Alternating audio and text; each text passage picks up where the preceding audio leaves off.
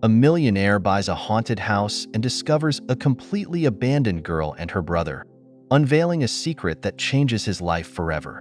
I'd like to ask you to subscribe to our channel. Thank you. It all started as a business deal when Martin Taylor stopped his car at the entrance of the mansion. The property, surrounded by bare trees and a rusty gate, seemed like something straight out of an old horror movie. The air was cold, and the mist cloaking the area gave it an even more desolate appearance.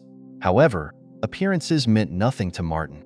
He saw potential, and in that old mansion on the outskirts of Barcelona, he saw a unique opportunity to expand his real estate portfolio.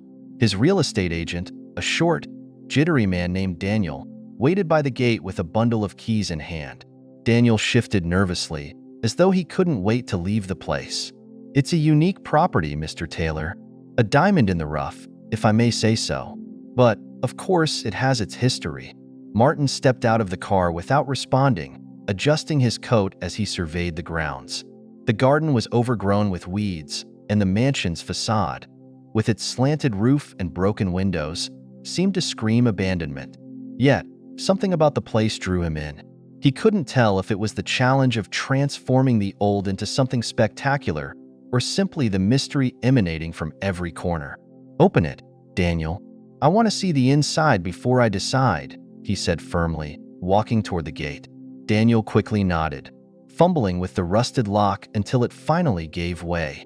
The creaking hinges sounded like a scream, and together they walked toward the mansion. Inside, the air was even colder, and the smell of damp wood and decay filled the space. The walls were covered with torn wallpaper, and the furniture, hidden under dusty sheets, barely hinted at what might have once been a grand home. In the main living room, Martin noticed a framed photograph sitting on a mantelpiece. The image showed a family, a stern-faced man, a dark-haired woman, and two small children. However, the woman's face had been furiously scratched out, leaving deep marks on the glass. "Who lived here?" Martin asked as he studied the photo. It was a wealthy family, according to the records. But, well, their story is a bit complicated. They disappeared overnight decades ago. Since then, the house has had several owners, but no one stayed for long. "Disappeared? What do you mean by disappeared?" Martin pressed, not taking his eyes off the picture. Daniel shrugged, visibly uncomfortable. "Local rumors, you know. People say the house is cursed, that there are spirits nonsense. But the truth is, no one really knows what happened. The only certainty is that it's been abandoned for years." Martin wasn't a man who believed in superstitions. To him, everything had a logical explanation, and if the mansion was in poor condition, it was simply because no one had the money or vision to restore it. Still, something about that photograph gave him chills. It felt as though the man in the image was watching him, judging him. They continued exploring the rooms. On the second floor, they came across a door that was locked. Daniel tried to open it, but none of the keys in his bundle seemed to fit. "Maybe it's sealed from the inside," Daniel suggested, though his tone was more curious than confident. "Sealed from the inside? If the house has been abandoned, how do you explain that?" Martin asked, frowning. "I have no idea, Mr. Taylor. Maybe it's just a faulty lock." Martin decided not to insist. There was something unsettling about that locked door, but he didn't have time to be distracted by insignificant details. As they descended the stairs, he felt a strange sensation, as though someone was watching them. He quickly turned around but saw no one. Everything was silent, except for the creaking wood beneath their feet. Back in the living room, Daniel started discussing the paperwork, but Martin barely listened. His attention was fixed on a dark corner of the room, where he could have sworn he saw a shadow move. He blinked several times, trying to convince himself it was just a trick of the light. "So, what do you think, Mr. Taylor? Should we make an offer?" Daniel asked, snapping him out of his thoughts. "Close the deal. I want the paperwork ready by tomorrow," Martin responded without hesitation. Despite the strange sensations, he knew the mansion had great value. He just needed to renovate it and give it a new purpose. Back at his apartment in the heart of Barcelona, Martin couldn't shake the memories of what he had seen and felt in the mansion. As he reviewed the old floor plans, something caught his attention. According to the documents, there was a room on the second floor that hadn't appeared during their walkthrough. It was as though the space had been deliberately concealed. He set the plans aside, feeling uneasy. Then, his phone vibrated on the table. It was a notification from his home security system. He checked the camera feed at his door, but saw no one. Opening the door out of caution, he found something that sent a chill down his spine. A fresh flower petal carefully placed on the ground. He looked around, but the streets were empty.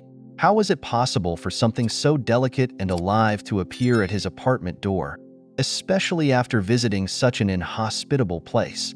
That night, as he tried to sleep, images of the mansion and the sensation of being watched haunted him. What secrets did that house hold? For the first time in years, Martin felt an unease he couldn't ignore. He decided that the next day, he would return to investigate further. He didn't know what he would find, but it was clear the mansion wasn't just a business opportunity. Something else was calling to him, something that was waiting. The next morning, Martin parked his car at the entrance of the mansion, this time accompanied by a team of architects and contractors. The cold air and mist surrounding the property hadn't changed, but something in the atmosphere felt different. It was as though the mansion, with its broken windows and moss-covered walls, had been waiting for him. "All right, gentlemen, I want you to evaluate every corner. I need to know exactly how stable this structure is before I invest any more money," Martin ordered, handing the blueprints to one of the architects. "Of course, Mr. Taylor, but honestly, this place gives me the creeps," one of the men replied, adjusting his gloves while glancing nervously at the facade. "That doesn't matter. Just focus on the work," Martin replied, avoiding any mention of the unsettling sensations he had experienced the previous day. The group began inspecting the mansion, splitting up to cover more ground. While the others examined the walls and foundations, Martin decided to head back to the second floor, where he remembered the locked door from the day before. This time, he found it slightly ajar, something he couldn't explain. He cautiously pushed the door open, revealing a small, empty room. However, in one corner, he noticed a neatly folded blanket, a flashlight, and some food wrappers. "What the hell is this?" he muttered to himself, crouching down to examine the items. The dust on the floor indicated that someone had been there recently. But who? "Mr. Taylor, everything all right up there?" One of the contractors called from the first floor. "Keep working," Martin replied quickly, concealing his unease. He didn't want to alarm his team. Not yet. As he continued exploring the room, he found a child's drawing in one corner, done with faded colored pencils. It depicted what seemed to be a small figure standing next to a house surrounded by trees. At the bottom of the drawing, written in clumsy letters, were the words, "Ethan and Mom." A chill ran down his spine. Something didn't add up. He folded the drawing and slipped it into his coat pocket, feeling it was a crucial piece to understanding what was happening in this house. Descending the stairs, he heard a noise coming from the attic, a sharp creak, as if something heavy had been moved. He looked up, trying to discern something in the shadows, but saw nothing. "Is anyone here?" he called out, more to himself than expecting an answer. The echo of his voice was the only reply. He decided not to mention anything to the team, but the unease continued to grow inside him. Something, or someone, was using this house, and he wasn't going to let it go unchecked. When the team finished their inspection, Martin gathered them in the main living room. "Mr. Taylor, the structure is in worse condition than we anticipated. The foundation is relatively stable, but the upper floors require a complete overhaul. Additionally, we found several strange marks on the walls, almost like someone had scratched the paint with sharp objects," one of the architects explained while flipping through his notes. "So what's the recommendation? Demolish or rebuild?" Martin asked, crossing his arms. "Rebuilding is possible, but it'll require a significant investment. However, there's something odd. Some of the rooms appear to have been used recently. Could have been squatters. Doesn't matter who's been here. I'll deal with it. For now, I want a full report and cost estimate." "I need to know exactly what I'm getting into," Martin interrupted, cutting off any further speculation. As the team left, Martin decided to stay a bit longer. Something was pulling him back to the attic, despite the discomfort he felt. Slowly, he climbed the stairs, holding a flashlight he had taken from his car. The air in the attic was colder, filled with the smell of dampness. In one corner, among old boxes and broken furniture, he found a small journal with worn covers. He carefully opened it, revealing pages filled with scribbles and phrases that seemed to be written by a child's hand. "I promise to protect him," read one page in tightly packed letters. Further along, another line made him pause. "Never go into the woods. He always comes back." A knot formed in his stomach as he read. Who was the journal referring to? Who was he? A sudden noise snapped him out of his thoughts. It came from the stairs leading to the attic. Martin spun around, shining his flashlight toward the entrance, but saw no one. Slowly, he descended, holding the journal in one hand and the flashlight in the other. When he reached the first floor, he noticed something that hadn't been there before: a fresh food wrapper next to an illuminated flashlight. He bent down to pick it up, but then he heard a faint whisper, barely audible, "Please, don't find us." He froze, his eyes locked on the flashlight. Was it possible that someone was hiding in the house? He decided not to push further for the day, but it was clear he would return. Something about this mansion demanded his attention. As he exited the house, he glanced up at the second-floor windows. For an instant, he thought he saw a small figure moving in the shadows, but when he blinked, it was gone. Before we continue with the story, I'd like to ask you to subscribe to our channel. Thank you. The next day, as if the weather mirrored the unease Martin felt deep inside, driving toward the mansion, he couldn't stop thinking about what had happened the day before. The child's diary, the ominous phrases, and the whispered plea he'd heard were clear signs that someone was there, hidden, perhaps even watching him. When he arrived at the property, he parked his car in front of the main entrance. This time, he didn't bring architects or contractors. He wanted to investigate alone, in silence.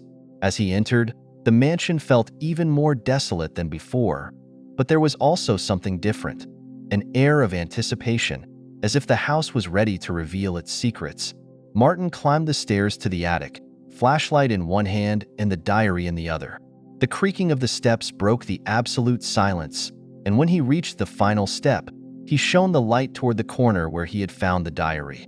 This time, he noticed something new: a small blanket, folded but seemingly recently used. "Is someone here?" he called out, his voice echoing in the empty space. He tried to remain calm, but there was no response. Taking a few cautious steps, he scanned every corner with the flashlight. Suddenly, a quick movement caught his attention.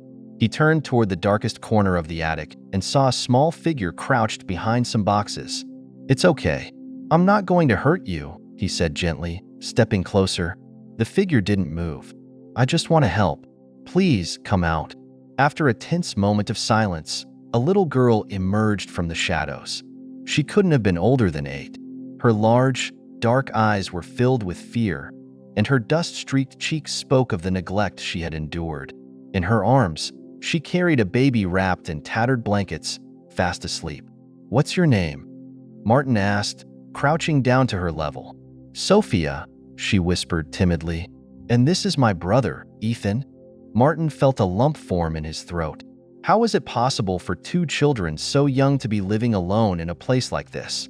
"Sophia, where are your parents? Why are you here?" The girl lowered her gaze, as though the words were too painful to say aloud. "My mom left us here. She said she'd come back, but she hasn't. She told me to take care of Ethan and not to let anyone find us." "How long have you been here?" Martin pressed, trying to grasp the gravity of the situation. "I don't know. A few days, I think. Ethan cries a lot, and I don't know what to do," Sophia admitted, tears streaming down her face as she tried not to wake the baby. Martin was overwhelmed by the scene. The tough demeanor he was known for crumbled in the face of Sophia's vulnerability. He knew he couldn't leave them there, but he also understood that he needed to handle the situation delicately to avoid scaring them further. "Sophia, listen to me carefully. I can't let you stay here alone. I'll take you somewhere safe where you can rest and eat." "Okay." The girl looked at him warily. "You won't hurt us? Mom said not to trust anyone." "I won't hurt you. I promise. I just want to help. I can't imagine how hard it's been for you to take care of your brother all by yourself." Sophia nodded hesitantly, still clutching Ethan as if her life depended on it. Martin extended his hand, but Sophia didn't move.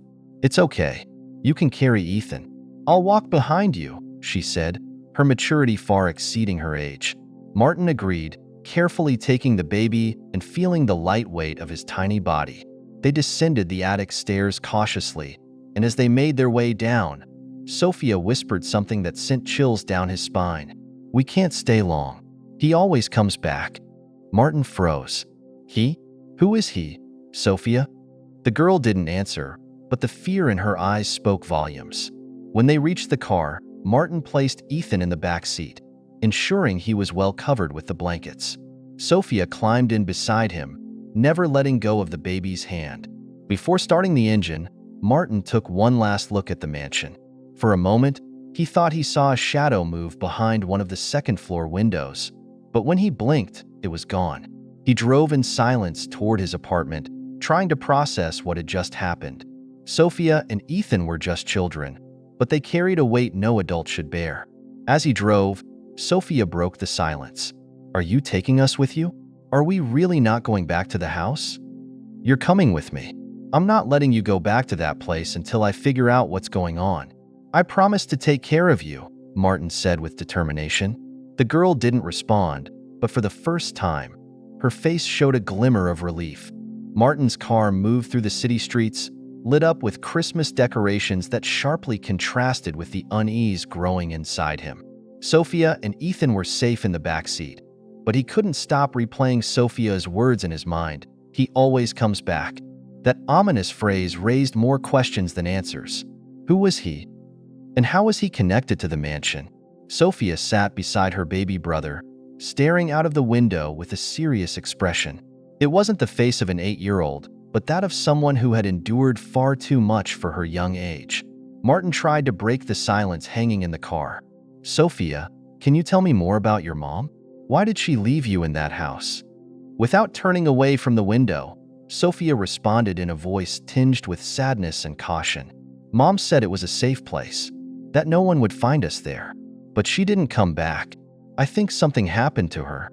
"And did your mom ever mention the person who always comes back? Him?" Martin pressed, desperate for more clues. Sophia slowly shook her head. "She just told me that if we heard footsteps, we needed to hide. She always hid Ethan first because he cries a lot, but she never said who it was." Her answer only deepened Martin's concern. It was clear these children had faced real danger, and it made him even more determined to protect them. When they arrived at his apartment, Martin guided them inside. Sophia, still clutching Ethan, scanned the spacious and orderly place. It was warm and inviting, a stark contrast to the cold, dark mansion. Yet Sophia didn't seem impressed. She remained alert, as though expecting someone to follow them.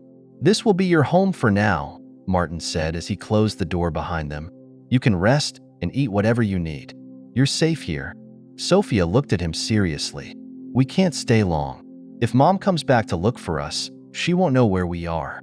Martin knelt down to her level, speaking softly. "I'll help you find your mom, Sophia. But first, you and your brother need to be safe. I can't do anything if you're not okay." Sophia nodded slightly, though her distrust was still evident. Martin headed to the kitchen to prepare something simple, hot soup and bread. As the children ate, he watched them in silence. Sophia ate slowly, as if rationing every bite, while Ethan, now awake, clutched a small cookie with trembling hands. "Have you always been alone?" Martin asked gently. Sophia met his gaze.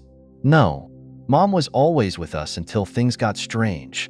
One day, she got a letter, and after that, she cried a lot and said we had to hide." "Do you remember anything about that letter? What it said? Who sent it?" "I don't know," Sophia said, lowering her eyes. "All I know is she kept it in her bag before she took us to the mansion." Martin made a mental note of this. The letter might be key to understanding what was happening. That night, after tucking the children into the guest room, Martin sat in his living room, going over everything that had happened. The fragments of their story were like pieces of a puzzle, but the picture was still incomplete. Suddenly, a noise from the hallway startled him. He got up quickly and opened the front door, but no one was there. However, on the ground lay a sealed envelope. He picked it up cautiously and went back inside, feeling the tension rise in his chest. Opening the envelope, he found a handwritten letter. The message was brief but loaded with meaning. Return to the mansion. Find the diary in the basement. Only then will you understand what's happening. Martin clenched the paper in his hand. Who had left this note? How did they know he had the children? He glanced toward the room where Sophia and Ethan were sleeping. He couldn't ignore the message, but he didn't want to risk their safety either.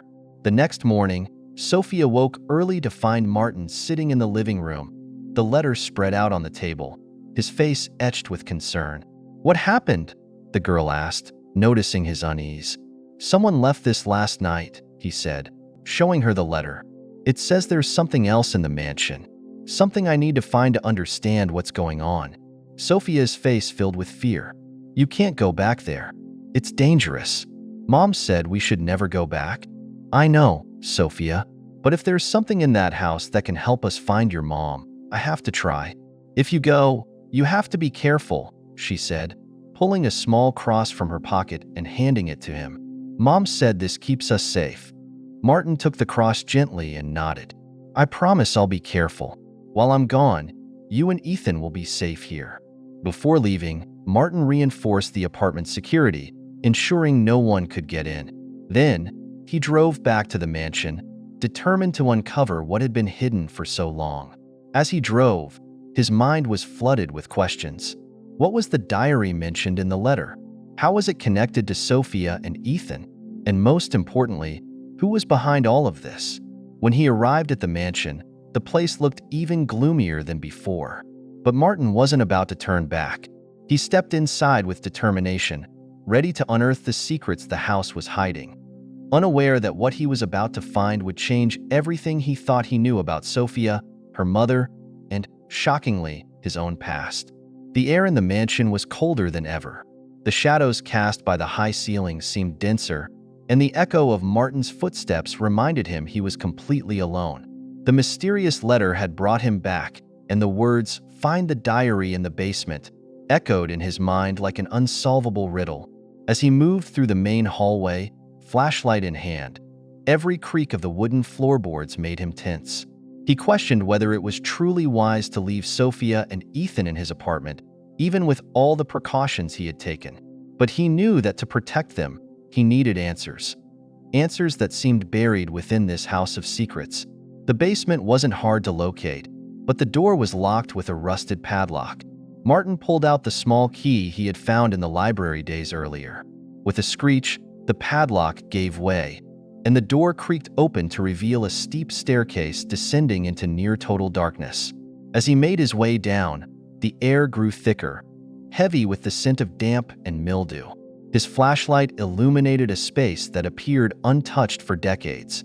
Shelves filled with dusty boxes and antique furniture lined the walls, but one object immediately caught his eye: a table in the center of the room, upon which rested a weathered leather-bound notebook. Martin approached cautiously, feeling as though each step carried him closer to something momentous, something that could change everything. He opened the diary and began flipping through its yellowed pages. The first handwritten entry froze him in place. "If you're reading this, it means something went wrong." The signature at the bottom confirmed his worst fears: Charlotte. As he read on, Charlotte's words painted a dark and complex picture. She wrote of constant fear, of being pursued by someone. She described the mansion as a place full of secrets and mentioned a man named Ignacio, who she depicted as dangerous and desperate to find something hidden within the house.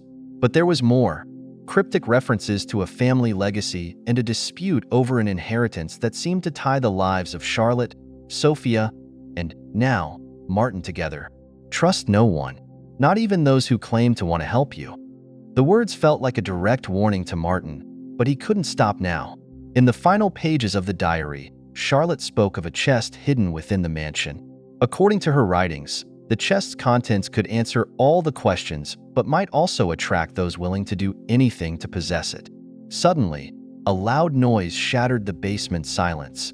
Martin whipped his head toward the staircase, flashlight trembling in his grip. There was no one there, but the sound had been too close, too real. He stuffed the diary into his backpack and, heart pounding, began climbing the stairs. When he reached the main hallway, he froze. A figure stood near the window, barely visible in the dim light. It was a tall man wearing a long coat and a wide-brimmed hat that obscured his face. Martin quickly turned off his flashlight and ducked behind a column. The figure remained motionless for what felt like an eternity before slowly turning and walking out the front door, which had been left ajar. Breathing heavily, Martin stepped out from his hiding place and slammed the door shut. Who was that man?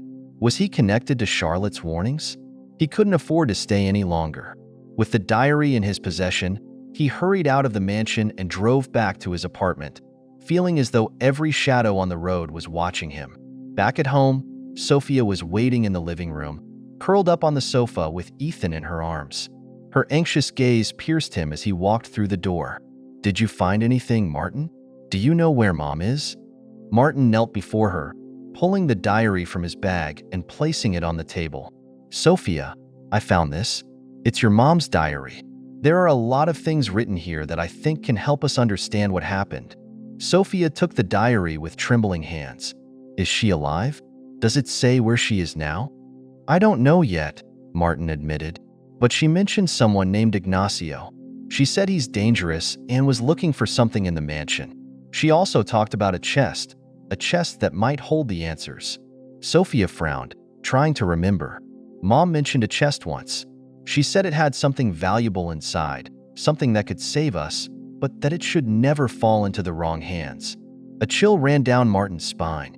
The pieces of the puzzle were beginning to fit, but they also raised new questions. If the chest contained something so important, what did it mean for him? And why was he becoming entangled in something so personal to these children? As Sophia flipped through the diary's pages, she came across a small drawing, a simple map with marks on various parts of the mansion. One of the marks was in the basement, where Martin had found the diary. Another was on a wall in the main living room. "Mom drew this map," Sophia said, showing it to Martin. "I think she was looking for the chest before she disappeared." Martin nodded with determination. "I'm going to find it, Sophia. I'm going to figure out what all of this means. But I need you and Ethan to stay here, where it's safe." Sophia looked at him with concern. "You have to be careful, Martin. If Ignacio was looking for it, then you're not alone in this." "I know," he replied, placing a reassuring hand on her shoulder. "But I promise I won't let anyone hurt you." That night, after the children had fallen asleep, Martin sat at the table with the diary spread before him, poring over every page for more clues. His thoughts raced with doubts and theories, but one thing was clear. The mansion held a secret far greater than he had ever imagined. And if he wanted to protect Sophia and Ethan, he had to uncover the truth before it was too late. The sound of Martin's car engine died in front of the imposing mansion, now more menacing under the dim light of dawn. He had spent the entire night poring over Charlotte's diary and analyzing the map sketched in its pages. Every line, every written word seemed to hide something deeper. The chest she mentioned was the key, and Martin was determined to find it. Time was running out, especially after Sophia's warning about Ignacio and the growing danger surrounding them. With a flashlight in hand and a newfound sense of urgency, Martin pushed open the mansion's front door, its creaking sound echoing through the desolation of the house. The air inside was icy, as though the mansion itself resisted revealing its secrets. Following the map, he made his way to the main living room, where the second mark indicated something hidden. He switched on the flashlight and scanned the room carefully. The peeling wallpaper and cracks in the ceiling told the story of decades of neglect. In one corner, he noticed a wooden panel that seemed out of place, slightly loose. With effort, Martin pried the panel off, revealing a hidden compartment. Inside was a metal box with a rusty lock. The box was heavy and bore signs of having been concealed for a long time. Kneeling, Martin examined it closely. The symbol engraved on the lid was the same one he had seen in Charlotte's diary. A circle surrounded by interwoven branches, like a family crest. "No doubt about it," he murmured to himself. "This is what Charlotte was trying to protect." As he attempted to open the lock, a sharp noise came from the upper floor. He froze, muscles tensing, breath held. He wasn't alone. Quickly, he switched off the flashlight and hid behind a nearby piece of furniture, his eyes fixed on the staircase. The footsteps were slow, deliberate, as if whoever was there had a clear purpose. Martin's heartbeat pounded in his chest, loud enough to drown out the creaks of the old wood. The steps stopped near the living room. Martin barely dared to breathe as he saw a shadow move by the doorway. It was a tall man dressed in dark clothing, his posture rigid and threatening. The figure matched the one he had glimpsed in the window last time. The man stood still for a moment, as if listening or waiting for something. Then, without a word, he moved toward the hallway leading to the basement. Seizing the opportunity, Martin emerged from his hiding spot, clutching the box tightly. Moving quickly but carefully, he slipped out of the mansion, leaving the front door slightly ajar to avoid making noise. Once he reached his car, he placed the box in the passenger seat and started the engine. As he drove away along the overgrown path, he glanced in the rearview mirror and saw the man standing at the entrance, watching him. Back at the apartment, Sophia was awake, cradling Ethan as she fed him. When Martin entered with the box, her expression was a mix of curiosity and concern. "Did you find it?" Sophia asked, standing up quickly. "Yes, but it wasn't easy," Martin replied, placing the box on the dining table. "Someone else was in the mansion. I'm not sure who it was, but they weren't there by accident." Sophia approached the box, her eyes widening as she saw the symbol etched on its lid. Mom used to draw this symbol in her notebook all the time. She said it represented something important, something our family had to protect. Martin grabbed a screwdriver from a drawer and began working on the lock carefully. After a few minutes, the lock gave way with a metallic snap, and the lid of the box creaked open. Inside was a collection of old documents, letters, and black and white photographs. There was also a small golden medallion engraved with the same symbol. Sophia picked up one of the documents, examining it closely. "This has my mom's name on it," she said in astonishment. "And this? What does this mean? Why is it signed by someone named Ignacio?" Martin sifted through the letters quickly, his expression growing more serious with each one. "These documents talk about a dispute between two families, Sophia. It seems that Charlotte's family were the rightful owners of this mansion, but something happened. Ignacio, whoever he is, manipulated the legal documents to claim it as his own. So Mom was fighting for this house? Is that why she was so scared?" Sophia asked, clutching Ethan tightly. "It looks that way," Martin answered, picking up the medallion and placing it on the table. "And I think this medallion has something to do with it too. It's like a key, but I'm not sure what it unlocks." Sophia's face filled with worry. "If Ignacio wants this mansion back, he won't stop until he finds everything Mom hid. We're not safe here, Martin." Martin nodded slowly. He knew Sophia was right. Ignacio's presence in the mansion and the documents they had found confirmed that they were caught in something much bigger than they had imagined. "I know, Sophia, but I won't let him hurt you. I'll find a way to resolve this, and I promise you'll both be safe." Sophia looked at Martin, and for the first time in days, a faint glimmer of hope shone in her eyes. "I trust you, Martin. I know you'll do the right thing." That night, as the children slept, Martin sat at the table with the documents spread out before him, studying every detail. He knew that the next time he returned to the mansion, he would need to be prepared to face Ignacio and any other threats that might arise. The box had answered many questions, but it had also raised new ones. Why was Ignacio so obsessed with the mansion? What was he really looking for? And most importantly, what role was Martin meant to play in all of this? As he stared at the medallion, an idea began to take shape in his mind. Perhaps this small object was the key to unraveling the entire mystery. Sophia sat by the window, holding Ethan in her arms, as she watched Martin closely examine the medallion. He seemed lost in thought, as though every line and engraving on the object concealed something deeper. He hadn't slept well since returning from the mansion. The memory of Ignacio roaming the halls still haunted him. "What are you looking for, Martin?" Sophia asked, her voice a mixture of curiosity and anxiety. Martin lifted his gaze to her, holding the medallion up to the light. "I feel like this object holds something important. I'm not sure what, but it can't just be a decoration. There's something Charlotte wanted us to find." Sophia nodded slowly, her eyes fixed on the medallion. "Mom always said the important things aren't obvious. Maybe there's something hidden inside it." Inspired by Sophia's words, Martin grabbed a magnifying glass and began to closely examine the edges of the medallion. After a few minutes, he noticed a tiny indentation on one side.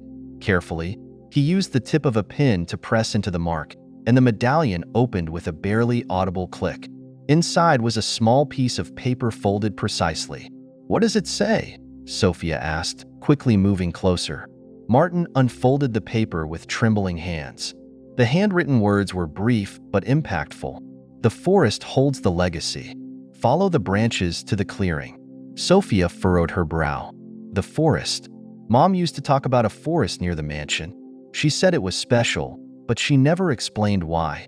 Martin took a deep breath, feeling the puzzle pieces beginning to align. "We have to go there, Sophia. This might be the key to understanding everything. Why Charlotte disappeared, what Ignacio was after, and why this mansion is at the center of it all." That afternoon, Martin and Sophia set out for the forest, leaving Ethan in the care of a trusted neighbor. The atmosphere was tense. The tall, dense trees seemed to form a dark tunnel as they followed the path leading deeper into the woods.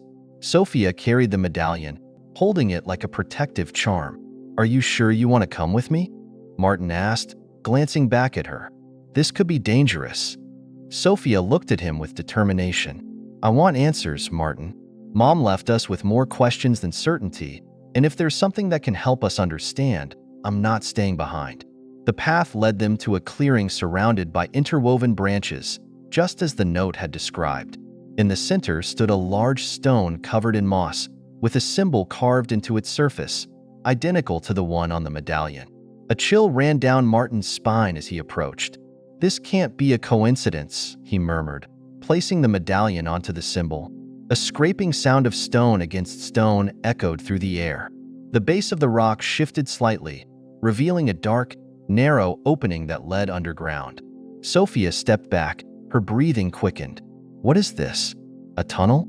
"Looks like it," Martin replied, switching on his flashlight.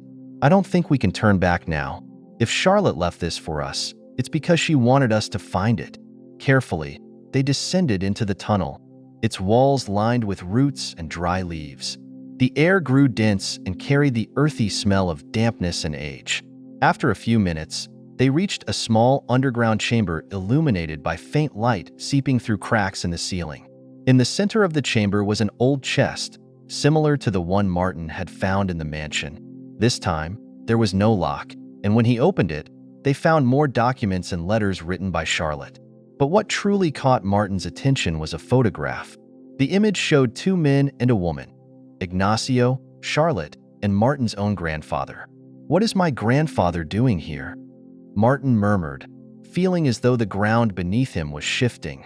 Sophia picked up the photo, her hands trembling. "This means our families were always connected. But why didn't Mom ever tell us about this?" Martin began reading one of Charlotte's letters. Its content was devastating. It explained how Ignacio had manipulated Martin's grandfather to gain control of the mansion and other family assets. Charlotte had discovered the fraudulent documents and was trying to reclaim them when Ignacio threatened her, forcing her to flee with her children. "This changes everything," Martin said, carefully folding the letter. "I'm not just involved in this by chance. This is part of my story too, part of my family. Ignacio knew someone would find this someday, which is why he tried to bury it all." Sophia looked at him, her face a mix of surprise and hope. "Do you think we can use this information to stop Ignacio?" "More than that, Sophia. We're going to clear your family's name, take back what rightfully belongs to you, and make sure Ignacio never has power over anyone again." As they gathered the documents and exited the tunnel, Martin couldn't shake the mix of relief and responsibility he felt. What they had found wasn't just a key to unraveling the mystery. It was a connection that tied him to Sophia and Ethan in a way he never anticipated.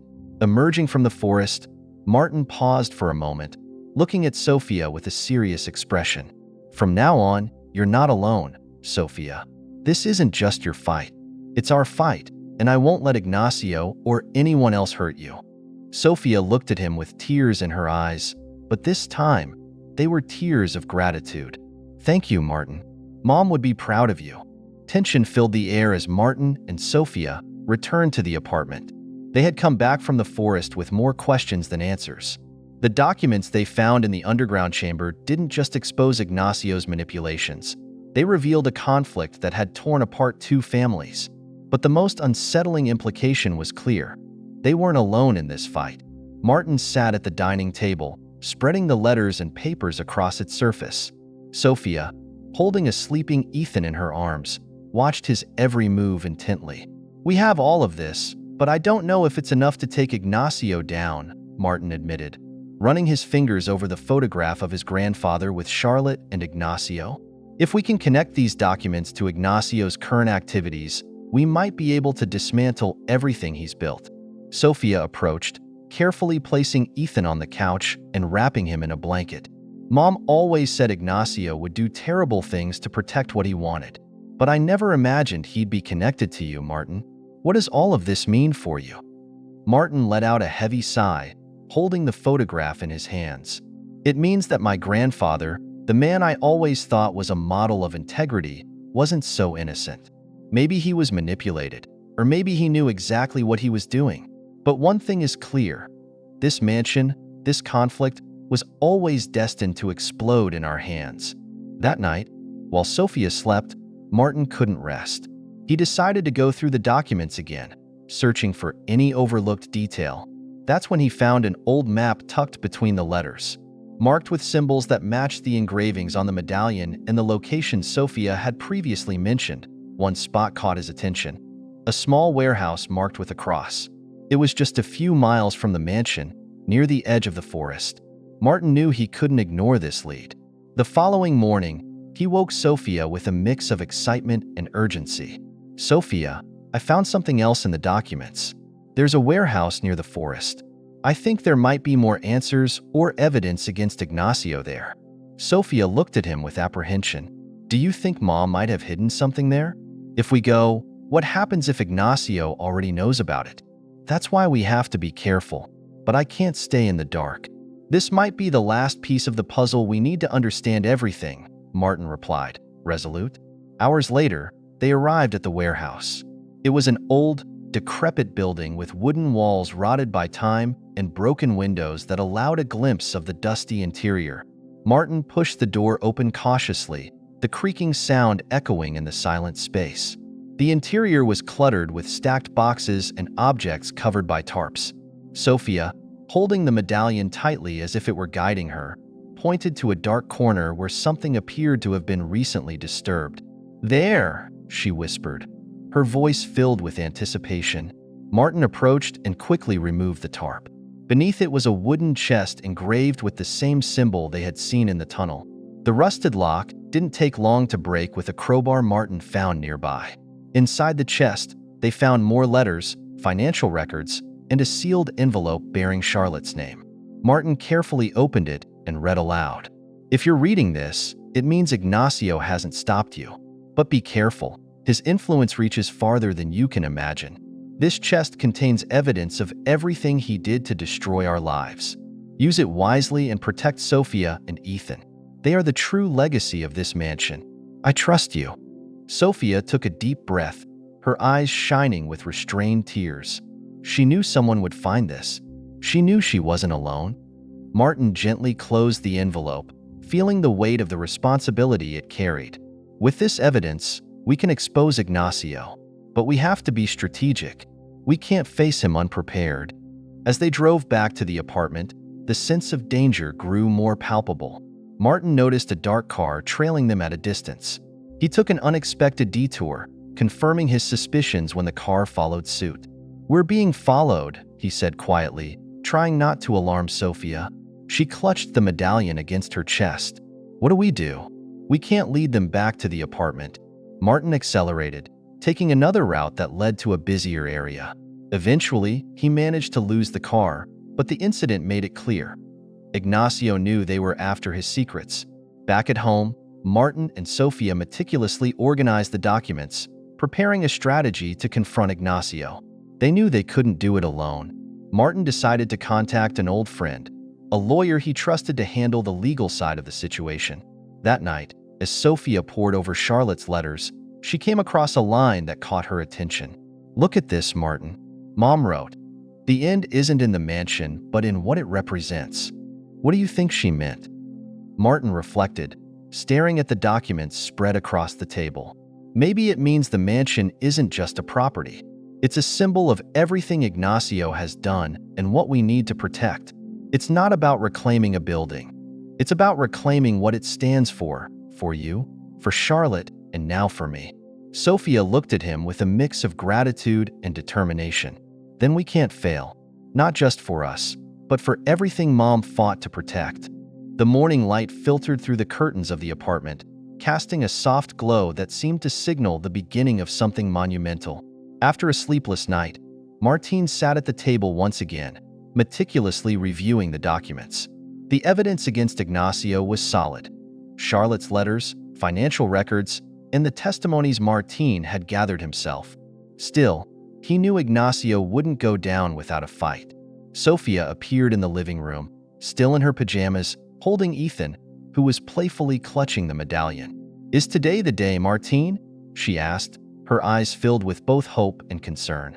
"Today is the day, Sophia," Martine replied firmly, softening his tone as he continued. "We'll do this together, as a family. You're not alone anymore." Sophia nodded, her trust in him unwavering. "Mom would be proud.